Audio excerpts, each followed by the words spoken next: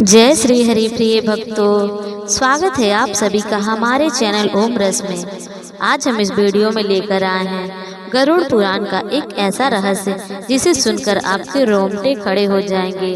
क्या मरने के बाद माँ और बच्चे फिर मिलते हैं? क्या आत्माएं अगले जन्म में अपने प्रियजनों को पहचान पाती है? क्या सच्चा प्रेम मृत्यु के बाद भी समाप्त नहीं होता? गरुड़ पुराण के अनुसार मृत्यु अंत नहीं बल्कि आत्मा की नई यात्रा की शुरुआत है।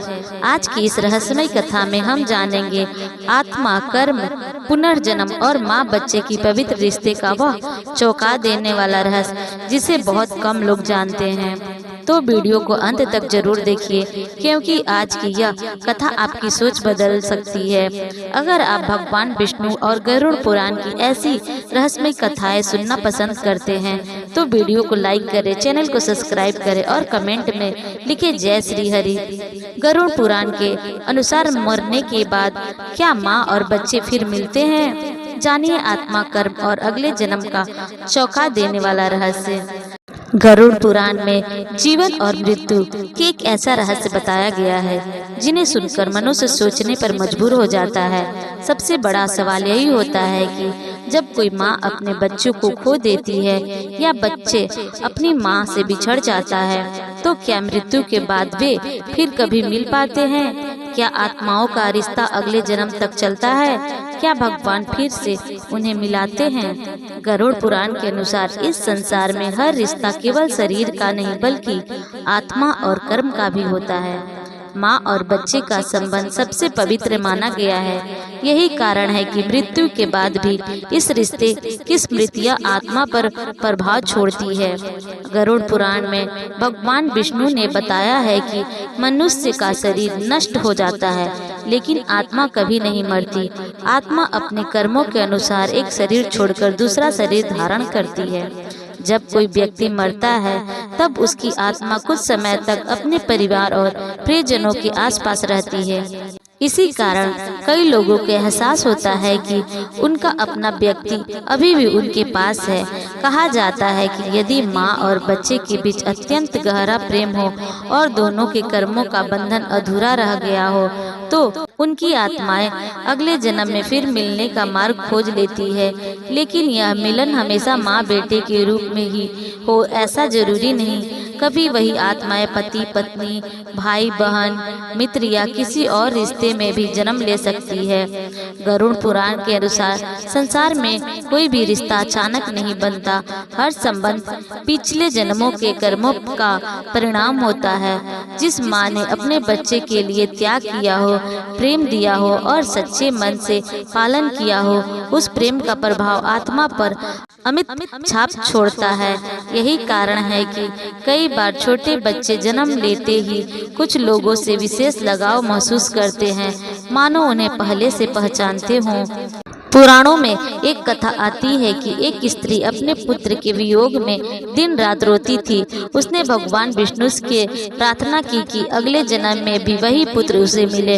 भगवान ने कहा, यदि तुम्हारा प्रेम स्वार्थ रहित और पवित्र होगा तो कर्म तुम्हें फिर मिलने का अवसर देगा। इस कथा से यह संकेत मिलता है कि सच्चा प्रेम आत्मा को जोड़ कर रखता है। लेकिन गरुड़ पुराण यह भी बताता है कि अत्यधिक मोह आत्मा की मुक्ति में बाधा बन सकता है। यदि कोई माँ या बच्चा मृत्यु के बाद भी एक दूसरे के मोह में बंधे रहे तो आत्मा को शांति नहीं मिलती। इसलिए हिंदू धर्म में मृत्यु के बाद आत्मा की शांति के लिए प्रार्थना, पिंडदान और तर्पण करने की परंपरा है। माना जाता है कि इससे आत्मा अपने अगले मार्ग पर आगे बढ़ पाती है। गरुड़ पुराण के अनुसार मृत्यु के बाद आत्मा यमलोक की यात्रा करती है। वहां उसके कर्मों का लेखा जोखा होता है। यदि आत्मा ने अच्छे कर्म किए हो तो उसे उत्तम लोकों की प्राप्ति होती है। यदि कर्म अधूरे हो या किसी रिश्ते का बंधन बहुत गहरा हो तो वही आत्माएं फिर पृथ्वी पर जन्म लेकर अपने कर्म पूरे करती हैं। यही कारण है कि कई संत और ज्ञानी लोग कहते हैं कि इस संसार में मिलने वाले कुछ लोग पिछले जन्मों से जुड़े होते हैं। कई बार माँ को अपने बच्चे से पहली नज़र में ही ऐसा लगाव हो जाता है जैसे वह उसे बरसों से जानती हो। गरुड़ पुराण इसे आत्माओं का पुराना संबंध मानता है। एक और रहस्य बताया गया है कि छोटे बच्चों की आत्मा बहुत शुद्ध होती है, इसलिए कई बार बच्चे ऐसी बातें कह देते हैं जो सामान्य बुद्धि से परे होती है। कुछ घटनाओं में बच्चों ने अपने पिछले जन्म की बातें भी बताई है। हिंदू धर्म में इसे आत्मा के पिछले संस्कारों का प्रभाव माना गया है। गरुड़ पुराण यह भी कहता है कि यदि किसी माँ की मृत्यु अपने छोटे बच्चे की चिंता करते हुए होती है तो उसकी आत्मा कुछ समय तक बच्चे के आसपास रह सकती है। इसी तरह यदि किसी बच्चे की मृत्यु कम आयु में हो जाए तो उसकी आत्मा भी अपनी माँ के प्रेम को याद करती है, लेकिन समय के साथ कर्म और ईश्वर की इच्छा आत्मा को अगले मार्ग की ओर ले जाती है। धर्म ग्रंथों के अनुसार भगवान हर आत्मा के लिए उचित समय और उचित स्थान तय करते हैं, इसलिए कई बार जीवन में अचानक मिलने वाले लोग हमारे पुराने जन्मों से जुड़े हो सकते हैं। कुछ रिश्ते पहली मुलाकात में ही इतने अपने क्यों लगते हैं? इसका उत्तर भी गरुड़ पुराण कर्म और आत्मा के बंधन में देता है। गरुड़ पुराण में यह भी कहा गया है कि इस संसार का सबसे बड़ा सत्य मृत्यु है, लेकिन मृत्यु अंत नहीं बल्कि एक परिवर्तन है। जैसे मृत्यु पुराने वस्त्र छोड़कर नए वस्त्र धारण करता है, वैसे ही आत्मा नए शरीर धारण करती है। इसलिए माँ और बच्चे का प्रेम भी केवल इस जन्म तक सीमित नहीं माना गया है। हालांकि पुराण यह स्पष्ट करते हैं कि आत्मा का अंतिम लक्ष्य केवल रिश्तों में बंधे रहना नहीं बल्कि मोक्ष प्राप्त करना है।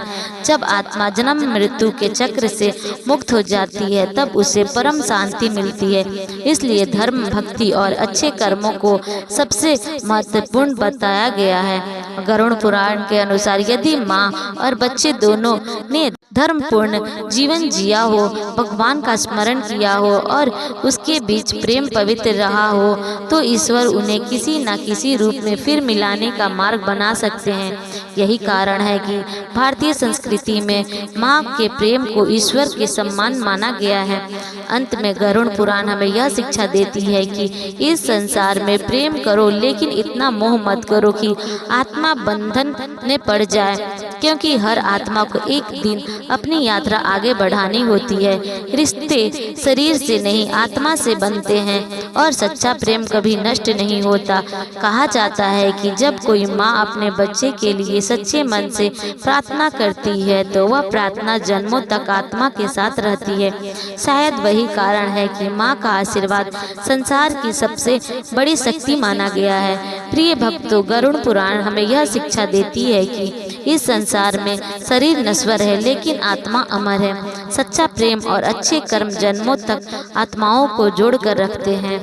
यदि आपको यह कथा पसंद आई हो तो वीडियो को लाइक करें, शेयर करें और हमारे चैनल को सब्सक्राइब जरूर करें। कमेंट में लिखें जय श्री हरि। मिलते हैं अगली रहस्यमय और ज्ञानवर्धक कथा के साथ। तब तक भगवान विष्णु की कृपा आप सभी पर बनी रहे। जय श्री हरि। धन्यवाद।